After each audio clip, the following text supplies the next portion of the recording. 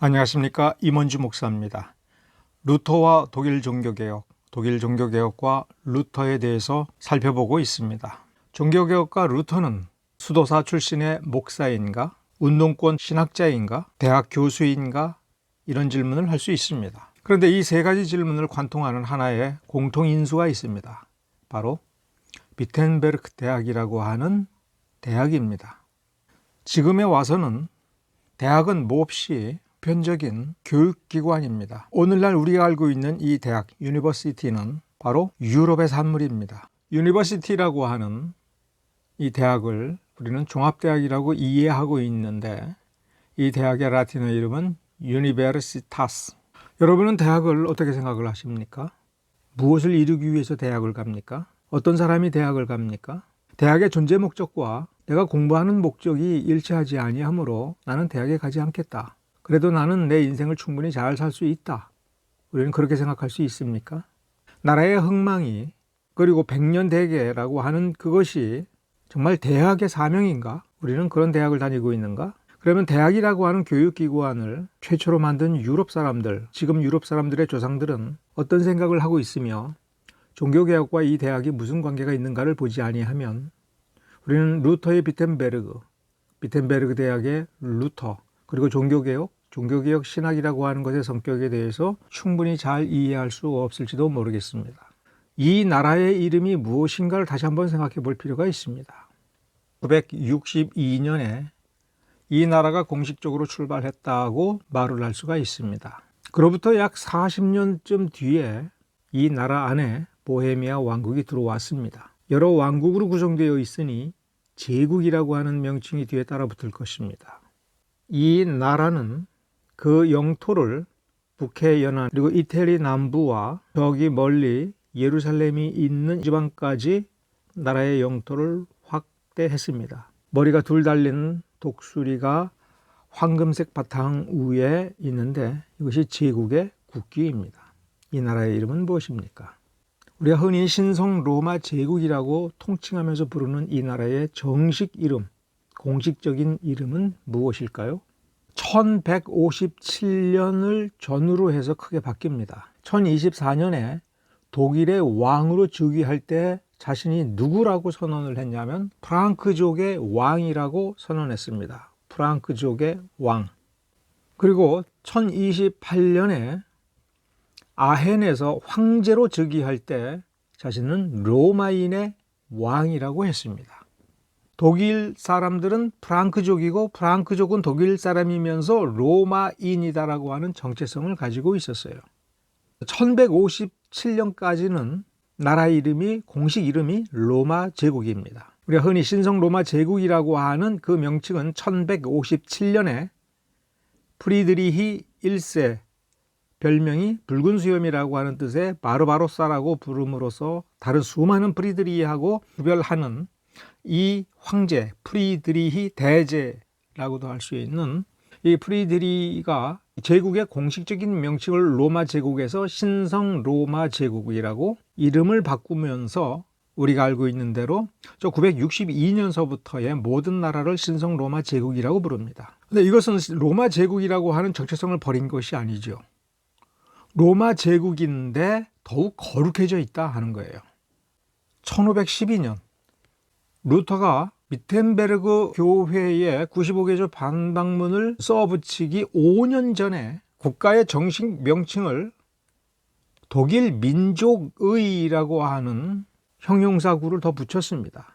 신성 로마 제국은 독일 민족의 나라라 하는 것입니다. 독일이라고 하는 명칭은 국가 명칭으로 채택이 되는 것이 1512년입니다. 그런데 그 위에 보면 300년 전인 1220년서부터 1232년에 프리드리히 2세, 그러니까 프리드리히 1세의 아들이 절대로 아닙니다.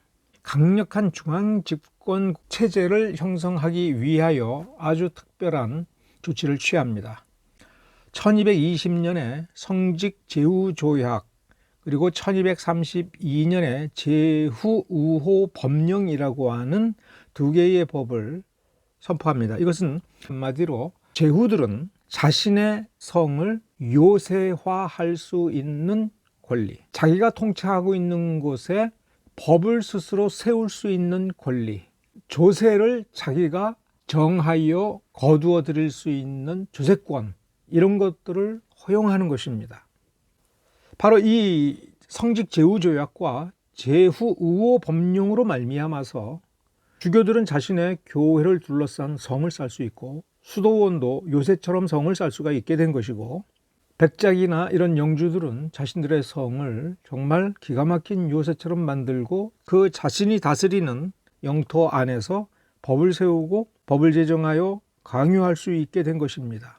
바로 이 조치 때문에 독일이 점점 더 많은 국가로 쪼개져 나가는 겁니다. 황제로부터 자유를 얻은 자유도시가 황제의 통치를 받아들여서 황제의 법령이 적용이 돼야 되는데, 마치 하나의 독립된 국가인 것처럼 자기 스스로 법을 정하고 세금을 정하고 하나의 국가처럼 다시 다른 도시들과 연맹을 맺어서 공동으로 군대를 조직을 하고 함대를 조직하고 하는, 그래서 그것이 확장된 것이 라인강을 중심으로 한 도시들이 한자동맹이라고 하는 것을 만들어 나가는 겁니다. 무역을 하기 전에 먼저 치외법권적인 그러한 조약을 맺을 수 있는 권리들을 스스로 갖게 되는 겁니다. 임마누엘 칸트가 얘기한 것처럼 수백 개의 독일이다 라고 하는 현상들이 나타나게 된 결정적인 계기입니다. 물론 13세기에 이러한 법을 허용할 때에는 순기능을 바라고 순기능을 가지고 있었으나, 언제나 순기능만 발동하는 것이 아니라 부작용도 함께 따라오고 결국은 부작용도 크게 작동할 때가 있는 것입니다. 이 나라는 로마 제국이라는 이름에서 1157년에 신성 로마 제국으로 되었고, 그 제국을 구성하고 있었던 몇 개의 왕국이 수백 개의 나라로 쪼개지는 단초가 13세기에 만들어졌습니다. 그러면서 16세기에 들어와서 나라의 정식 이름이 독일 민족의 신성 로마 제국이라고 하는, 혹은 독일의 신성 로마 제국이라고 하는 명칭으로 바뀌었습니다. 대학이 뭐냐? 좀 더 본격적으로 생각을 해보겠습니다. 경성제국대학이 1924년에 세워졌습니다. 한반도에 세워진 근대적인 최초의 대학입니다. 1945년에 일제가 패망함으로써 1946년에 다시 세운 것이 국립서울대학입니다. 여기 이 학교의 표지에 있는 라틴어 베리타스 룩스 미아라고 하는 이 라틴어는 후식 대학을 모방하여 그와 똑같은 대학을 만든다라고 했습니다. 베리타스 룩스 미아가 바로 그걸 상징합니다. 이거 원래 성경에 여호와는 나의 빛이라고 하는 문장을 가져다가 이렇게 조금 바꿨다라고 하는데, 중요한 부분은 뭐냐면 베리타스 룩스 미아, 이 말 뜻입니다. 대학은 뭐 하는 곳이냐 물어봤을 때 뭐예요? 진리 추구, 이렇게 얘기하죠? 아니에요. 베리타스 룩스 미아는 진리 추구, 빛을 찾는 것이 아니라 빛은 있어요. 진리는 여기에 있어요. 이걸 갖고 지금 뭐 해야 되는 거예요? 내 앞을 비춰야 되는 거예요. 내가 서 있는 자리를 비추고 내가 갈 길을 비춰야 되는 거예요. 자, 이렇게 예를 들겠습니다. 이순신 장군이 마지막 해전 때에 돌아가신 것에 대해서 여러 가지 가설들이 있습니다. 자, 그러면 여기서 가설을 이렇게 한번 생각해 보세요. 유럽은 어떻게 했을까? 신성 로마 제국에서 대학을 세우고 대학에 기대했던, 그리고 대학이 하는 역할을 생각해 보면 이렇게 가정하는 게 좋습니다. 임진왜란을 다 마무리하고 나서 즉시 황제는 이순신을 불러다가 해양대학 혹은 해군산학교 하나 만듭시다. 이제부터 전술을 앞으로 지속적으로 업그레이드를 하는 교수를 배출을 하고, 그 교수에게서부터 배운 사람들을 선장으로 함장으로 임명을 해서 실전을 경험하게 하고, 실전을 경험한 탁월한 사람을 다시 교수로 불러들여서 계속해서 이 시스템에 의해서 더 지속적으로 최고의 해자 함장들을 배출하도록 합시다. 둘째, 그 선원들을 불러들여서 그 선원들이 놀랍도록 기동할 수 있도록 배를 조타하는 그 조타수를 학문적으로 연구합시다. 그 다음에 판옥선을 가져다가, 이 판옥선은 조선 인근 수역에, 이 한반도 인근 수역에 최적화되어 있는데, 우리가 뻗어나가기 위해서는 저 거대한 대양에 들어가서 거대한 파도와 태풍을 맞서 싸워서 이기려고 하고, 일본 수군하고 비교해 보니 그들의 배가 날렵하게 움직이는 장점은 있다. 약하지만. 그러면 판옥선의 강점과 더불어서 저 멀리 나가서 원양항해도 가능할 뿐만 아니라 민첩하게 기동할 수 있는 선박 제조의 공학을 연구를 하라. 그 다음에 조선 포병이 땅에다 놓고 포 쏘는 거하고 배 위에서 포 쏘는 걸 보니까 다르다. 배는 흔들린다. 파도가 쳐도 포를 정확하게 쏠 수 있도록 이 포수를 연구를 하고 포탄이 날아가는 그 방식과 이 탄도를 계산해 낼 수 있는 탄도학이라고 하는 것, 포병수를 연구하는 기관을 만들고, 그 다음에 바다에서 바닷바람과 비, 태풍을 만났을 때에도 화약이 젖지 않고 빗속에서도 포를 쏠 수 있는 대포를 연구를 하라. 이 모든 비용을 황제가 되겠다. 이것 때문에 세금을 더 걷는 일은 없다. 내 직할지에서 걷어들이는 내 비용으로 하겠다.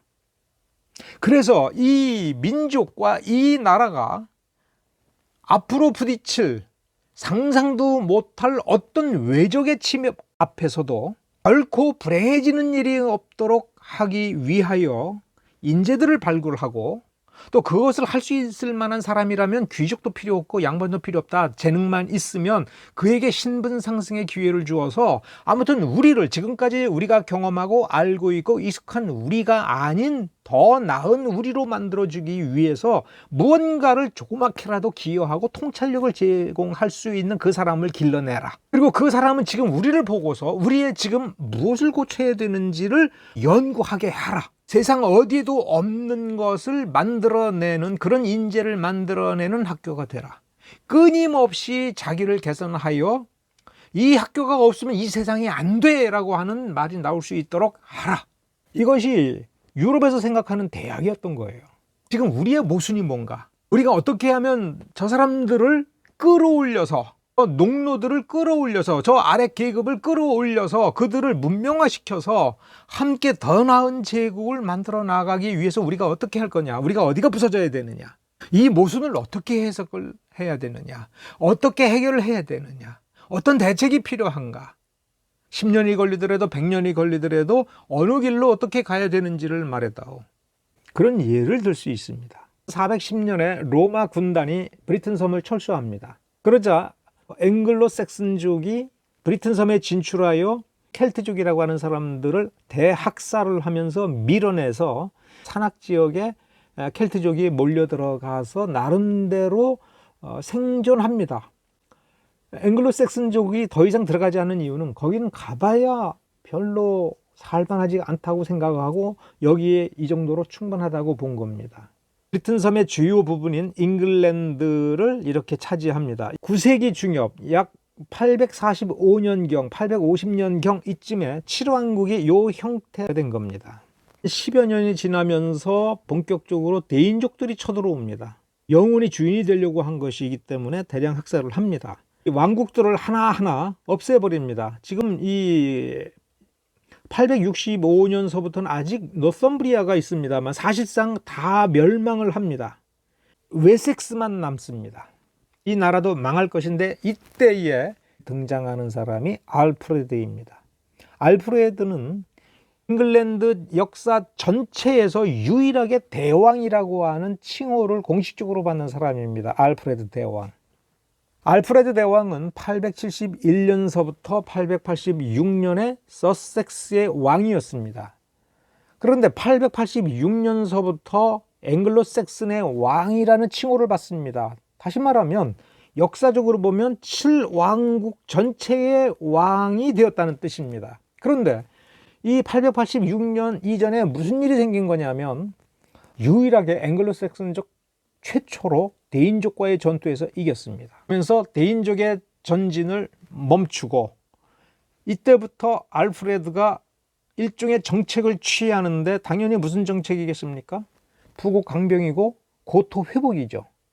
그럼 어떻게 할 것이냐 할 때 서섹스의 알프레드는 조치를 취했습니다. 무슨 조치요? 학교를 세웠습니다. 브리튼 섬에 남아있는 학자들을 불러들여서 학교를 맡긴 겁니다. 그리고 유럽에 있는 학자들을 초빙을 해서 백성들을 가르치기 시작한 거예요. 학교는 어디입니까?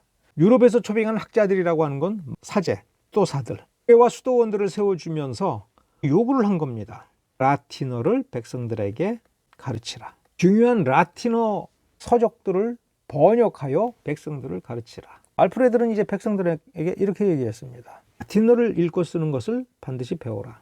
라틴어를 읽고 쓰는 것, 성경의 라틴어, 교부들의 문헌의 그 라틴어를 읽고 쓰고, 다음에 영어로 번역된 책들을 읽어서 머리를 문명화시켜라. 그러면 내가 관리로 임용하겠다. 너무 좋은 거예요. 그래서 대인족에까지 복음을 전할 때 예수 믿고 천당 가라가 아니라 학교를 전했습니다. 사들이 가면 이렇게 학교를 세우고 가르치는 겁니다. 배웠어요. 근데 그 중에 신앙이 좋고 실력이 좋은 사람은 이 서섹스 왕국에 있는 교회의 사제로 임용을 하는 겁니다. 원수 대인족이라고 하는 생각을 버리기 시작을 합니다. 이것이 이 왕국의 분위기가 되고 당연한 일로 여겨져서 종국에는 인족이 그 땅을 차지하고 그 땅에서 그 주민이 되었으나 나중에 앵글로색슨족이 된 겁니다. 통합이 된 거예요. 더 큰 영토에 대인족, 바이킹이 있었습니다. 전쟁 없이 하나로 합한 잉글랜드인 겁니다. 이것은 두 가지를 의미합니다. 야만족이었고 기독교를 전혀 몰랐고 우상숭배를 했던 대인족을 기독교화했다는 것.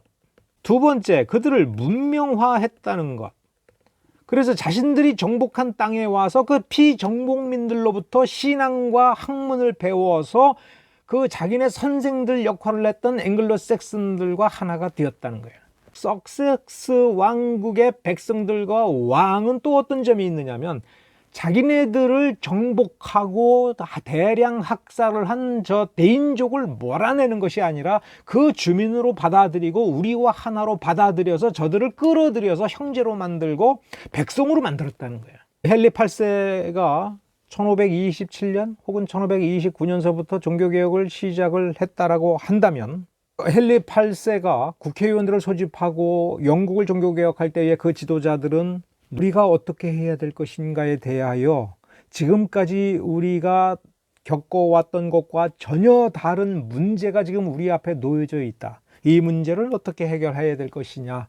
여기에 대해서 국회에서 방법을 강구할 때에 이들의 머리는 그 아버지 헨리 7세에서부터 약 40년 동안 지속적으로 추구해 온, 그리고 헨리 8세 자신도 왕이 되면서부터 약 이미 20년 동안 후원하고 양육한 인재들이 이 잉글랜드의 요소에 있었던 겁니다. 이 헨리 7세, 헨리 8세 무렵의 종교개혁을 다루면서 어떤 학자가 하는 말이 옥스퍼드 대학의 존재 목적이 뭐냐, 케임브리지 대학의 존재 목적이 뭐냐라고 할 때 나라 잉글랜드를 운영하기 위해서는, 그 나라를 이끌어 나가기 위해서는 100개의 포스트가 움직여야 된다. 그 100개의 포스트들을 채울 수 있는 인재를 끊임없이 만들어서 배출하는 것이 이 대학의 때다. 포스트에 들어간 그 사람들은 앞으로 다가올 문제를 보면서 어떻게 해야 될 것이냐를 생각하는 100개의 머리인 것이죠. 최선의 상태로 인재를 보급하는 것이 대학이고, 그 인재를 공급받아서 채워서 운용하여 나라의 문제, 민족의 문제, 제국의 문제를 해결하는 것이 그들의 시스템인 겁니다. 이 시스템이 잘 작동할 때가 있고 잘 작동하지 못할 때가 있는 겁니다. 파리 대학은 공식적으로는 1150년에 시작이 됐다고 하는데, 그로부터 얼마 뒤에, 한 50년쯤 뒤에 알베르투스 마그누스, 대 알베르투스라고도 하는 유명한 사람이 있었습니다.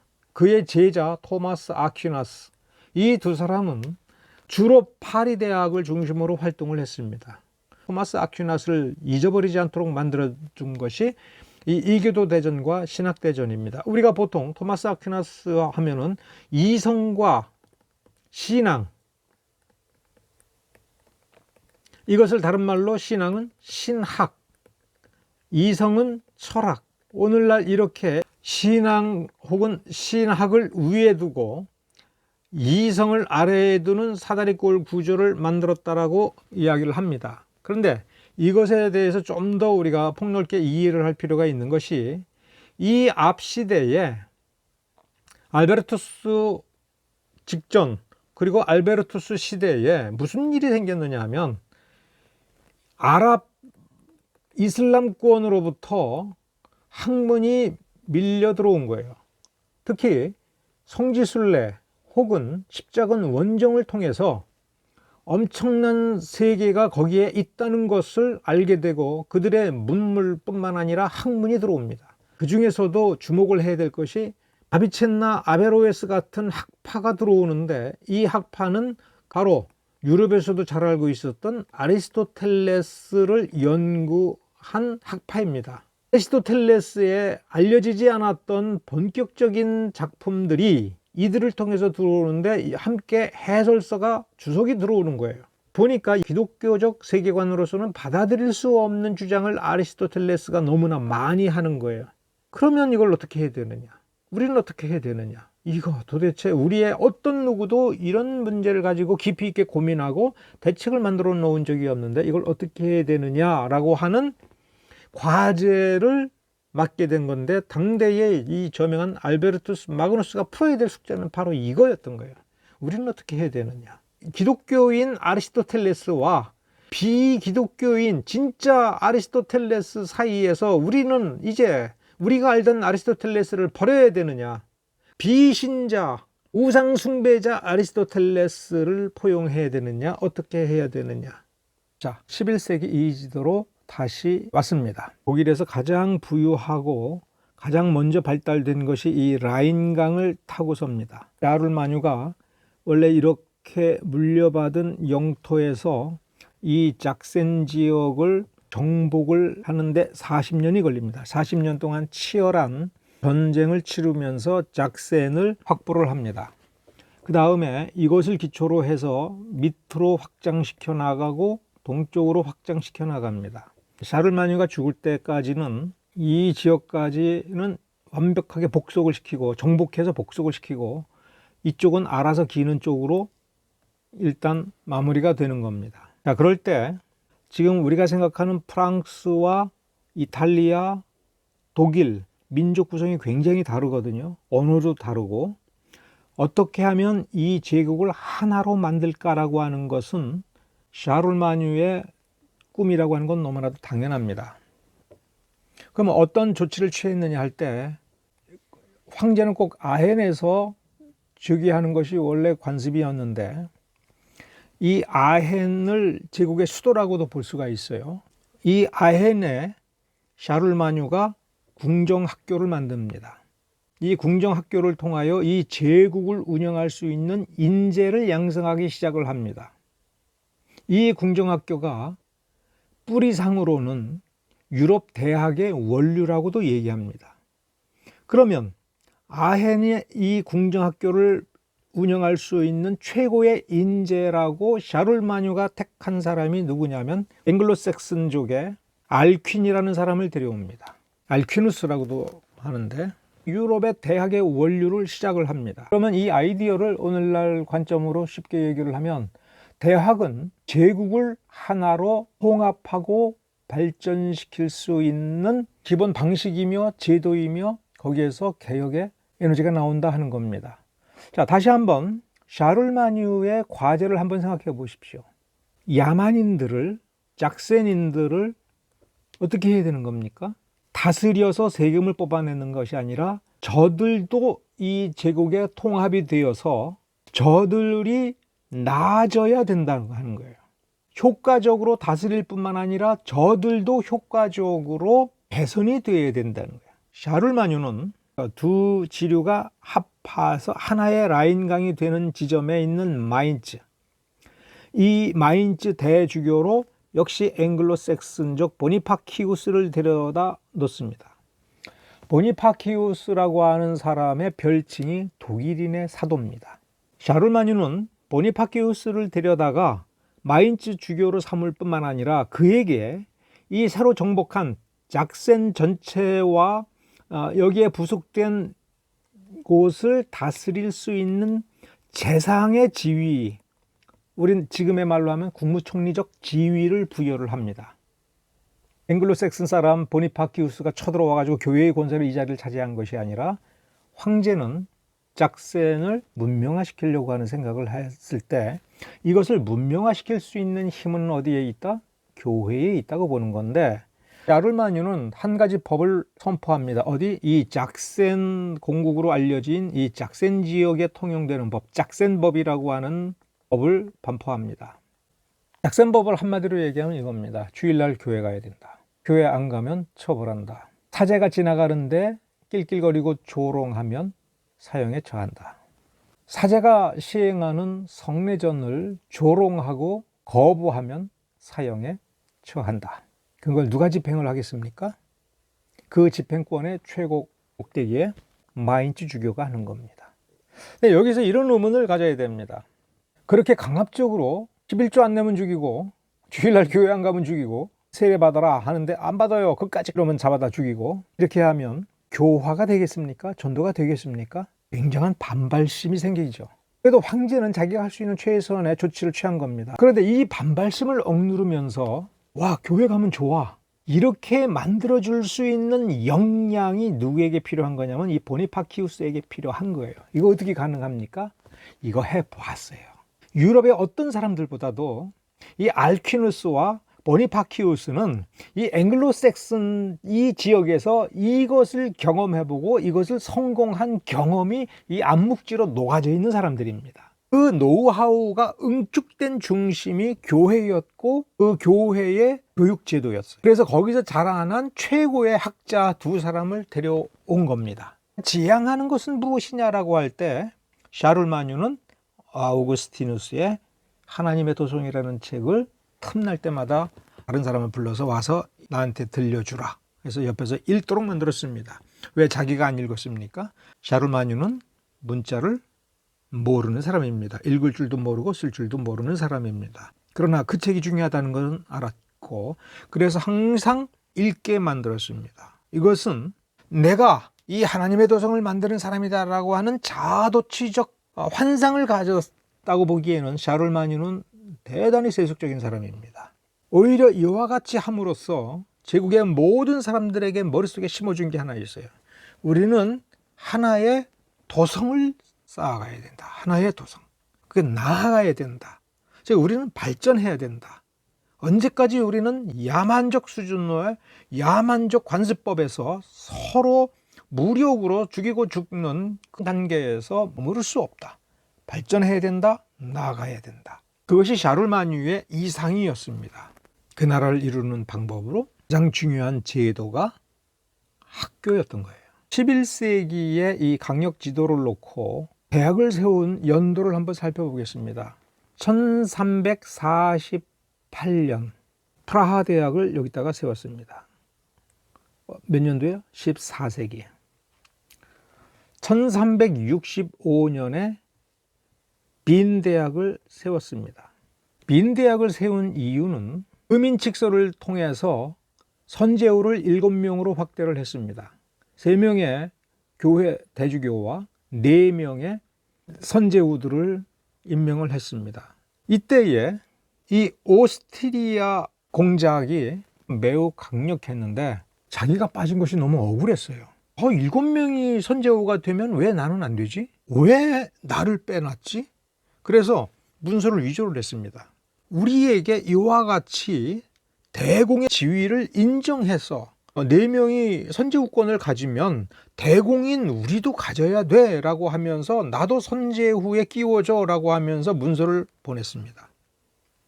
그러자 황제가 그 문서를 보고 페트라르카라고 하는 학자를 불러다가 진짜인지 가짜인지 알아봐줘 라고 했을 때 페트라르카가 그거를 딱 보고 연구를 해서 이거 가짜입니다 라고 한 거예요. 근데 여전히 물러설 수 없죠. 끝내 우기면서 선제후들에게 나도 인정해라 라고 얘기했을 때 아무도 거기에 동의를 안 했습니다. 개망신을 당한 거죠.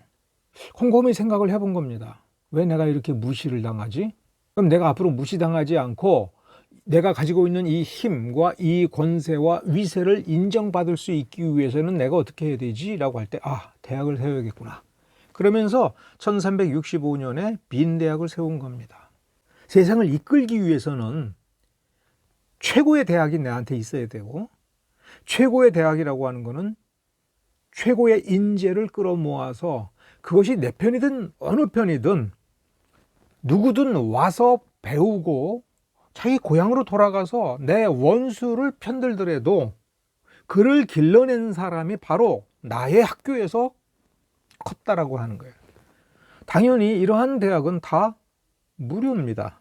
많은 혜택을 부여하고 심지어 생활비까지 대주면서 공부를 시키는 이 전통은 바로 이렇게 처음부터 생긴 겁니다. 1380년에 하이델베르그 대학이 세워집니다. 자, 오늘날 기준으로 하면 최초의 독일 땅에 세워진 대학이 이 하이델베르그 대학입니다. 1402년에 얀 후스가 프라하 대학 총장으로 취임합니다. 얀 후스는 보헤미아 사람입니다. 얀 후스가 총장이 되면서 보헤미아가 뒤집어졌습니다. 면제부가 잘못됐다라는 거라든가, 칠성내전이 잘못되었다라든가, 화채설이 잘못됐다라든가 이런 것을 공격을 했습니다. 얀 후스의 종교개혁 사상에서 제일 중요한 것이 첫 번째가 뭐냐면, 모든 민족은 자기 모국어로 성경을 읽어야 된다. 라틴어 성경, 그래, 식자들은 그거 읽어라. 그러나 일반 백성들도 성경을 읽어야 되고 자기 모국어로 읽어야 된다. 이 주장을 했습니다. 독일 제국 전체를 놓고 보면 누가 종교개혁을 시작을 했어요? 후스가 시작을 했습니다. 그러니까 루터가 종교개혁을 할 때에 여전히 보헤미아는 이 종교개혁적 갈등이 지속이 되고 있었던 겁니다. 지금 기준으로 보면 대부분의 그 보헤미아 사람들, 그들의 대부분은 얀 후스의 주장에 동조를 하여 자기의 신앙의 색깔을 바꾸었어요. 개신교도가 된 겁니다. 요새 말로 하면. 근데 독일 사람들은, 독일 제국은 여전히 카톨릭 신앙을 가지고 있었기 때문에 프라하 대학에서 피난 나온 교수들과 그들을 따라 나온 독일 학생들을 마이센 병경백이 수용해서 만든 대학이 라이프치히 대학입니다. 그 다음에 마인츠 대학을 세우고 그 다음에 1502년에 여기 이렇게 다스리게 된 작센 선제오가 이 라이프치히 대학과 경쟁하는 텐베르그 대학을 세우고, 불과 10년 뒤에 여기에서 루터가 대학 교수가 되었다면 루터가 받은 사명은 무엇이고 루터를 후원하는 작센 선제후의 비전이 무엇인가를 읽어야 돼요. 작센 선제후를 유명하게 해주는 게 아닙니다. 그를 유명하게 해주는 대학 교수의 역할 방법이 다른 거예요. 대학에 기대를 할 때 무엇을 기대하는가라고 하는 것을 생각을 해봐야 됩니다. 그러기 위해서는 우리가 시선을 좀 더 넓혀서 이태리 지역까지도 포함하는, 알프스까지도 포함하는 전체 신성 로마 제국을 놓고 보면 볼로냐에 최초의 대학을 세웠습니다. 이 학교는 1088년에 시작되었다고 하는 것이 자료로 확인이 되었습니다. 그러나 이 볼로냐 대학이 대학으로서 일도둠을 하게 되는 결정적 계기는 신성 로마 제국 황제 프리드리히 바로바로사가 이 대학에 특권을 줬기 때문에 그렇습니다. 황제가 이 대학에 특권을 줬습니다. 그거를 그냥 대학 특권이라고 얘기를 하는데 뭐냐? 대학에 다니는 학생들은 무장을 하고 다닐 수 있다. 그러니까 무장권입니다. 무장권은 귀족의 특권이며 자유인의 특권입니다. 무장권이라고 하는 것은 필요에 따라서 칼을 빼들고 결투를 할 수도 있고 자기 방어를 위해서 무기를 쓸 수도 있는 권리입니다. 아무나 할 수 있는 게 아니죠. 기사계급이라는 뜻입니다. 학생은 자신을 재판할 수 있는 재판관을 지명할 수 있습니다. 이거는 봉건제도에서 귀족의 특권입니다. 그럼 학생은 마치 자기의 주군인 것처럼 대학 총장을 자신의 재판관으로 선임할 수 있어요. 재판을, 변호사가 아니라 재판관을. 재판관은 학생을 재판할 때 학생에게 유리하게 판결 내릴 의무를 규정합니다. 애매하거나 물적 증거가 없을 때에는 무조건 학생에게 유리하게 판결을 내릴 책임이 총장에게 있는 거예요. 황제가 장학금 주고 생활비를 주고 하는 거는 더 말할 것도 없죠. 볼로냐 대학에서 황제가 요구한 것은 첫째, 교회법을 연구하고 가르치라. 둘째, 민법을 연구하고 가르치라. 그리고 뭘 연구를 해야 되냐면 동로마 제국 황제가 6세기 때에 만든 유스티니아누스 법전을 가져다가 연구하라. 그 전까지 유스티니아누스 법전을 모르는 것이 아니고 교회법을 모르는 것이 아닙니다만은 교회법, 민법, 유스티니아누스 법전을 누가 해석을 했느냐 하면 교황청에서 혹은 교회에서 교육을 받은 교회법 전문가들, 박사들이 해석을 한 거예요. 근데 재판 수요가 늘어나고 이 재판이 전부 교회에 유리하게 판결을 내는 경우가 너무 많은 것이니까 교회법 전문가, 탁월한 법률가, 그 다음에 법이론이라고 하는 것이 지금까지는 교회로부터 교육을 받아왔는데 스스로 해내야 이 제국이 똑바로 서게 됐다. 앞으로 그런 시대가 펼쳐진다라고 하는 것을 내다본 겁니다. 교회 반대편에 서서 심지어 교회 편에 서더라도 합리적으로 논쟁할 수 있는 상대자로서의 세속 법학자들이 이제 만들기 시작하는 겁니다. 교회를 능가하기 시작하면서 중세가 무너지는 겁니다. 그리스어로 된 문학서적, 그리스어 예술품 때문에 중세가 무너지는 게 아니고 돈 때문에 무너지는 것이 아니고 중세 체제의 모순이 드러날 때 지금까지 우리가 몰랐던 그 모순이 뭐냐, 그리고 이렇게 수많은 민족이 어울려 살고 수많은 관습법들이 충돌하고 있는 이때에 이거를 합리적으로 해석할 수 있는 원리가 무엇냐, 일단 법에서부터 찾아보아야 된다라고 하는 것이 통치자로서의 황제의 탁견이었던 것이고 그 이전에 샤를마뉴의 탁견이었던 겁니다. 로마 제국을 하나로 묶었던 것이 로마법이에요. 그래서 로마 제국이 위기에 처해서 그 수명을 연장하기 위해서 필사적으로 노력을 했던 것이 유스티니아누스 법전입니다. 그래서 법에 모순되는 것을 빼야 그 모순된 판결이 없어지는 거죠. 유스티니아누스는 그 이전에 로마법을 정비를 했는데 그 핵심 원리가 기독교적 정신이에요. 성경을 보고 잘못된 것은 제거해요. 그것이 6세기 수준에서 만든 게 이 유스티니아누스 법전이에요. 근데 그걸 가져다가 지금 11세기, 12세기에 이 시대에 우리를 살펴보고 우리의 모순점이 정확히 무엇인가의 그 원리를 찾아보자. 그리고 논의해서 이 문제를 어떻게 해결하느냐라고 하는 그 논의가 시작이 된 겁니다. 그래서 이 법학 논리 논쟁에서부터 뭐가 나와요? 정치이론들이 나오는 거예요. 왜냐하면 자, 제후들은 교황에게 굴복해라. 정치이론이기도 한 거거든요. 법에 이렇게 돼 있어 라고 할 때 그 법이 맞나? 이거를 세속 법학자가 서서 황제권을 보호하기 위하여 그게 정말 맞는가? 그래, 이 부분은 맞다. 그러나 이런 모순점이 있다. 당신이 제기한 이 법과 이 현실이 이게 맞지 않으니 이 법을 이렇게 개정하자. 이렇게 이론을 세울 수 있어야 되는 거예요. 이 필요성 때문에 바로바로사가 볼로냐 대학에 대학 특권을 주면서 법학자들을 육성하기 위하여 교회법을 연구해라, 민법을 연구해라, 유스티니아누스 법을 연구해라. 그러니까 여기에서 우리가 주목해야 될 거, 그래서 법학을 대학의 핵심 과목으로 만들었구나가 아니라 왜 대학을 세우느냐라고 하는 질문으로 가보면 지금 우리가 어디 있는가를 아는 거예요. 왜 우리가 여기 이렇게 있지? 왜 싸우지? 이거를 근원으로 따져 들어가서 우리가 지금까지 걸어온 이 길의 연장선에서 다음 발을 어떻게 뛸 거냐. 다시 말하면 리더십인 거예요. 오늘은 여기까지입니다. 감사합니다.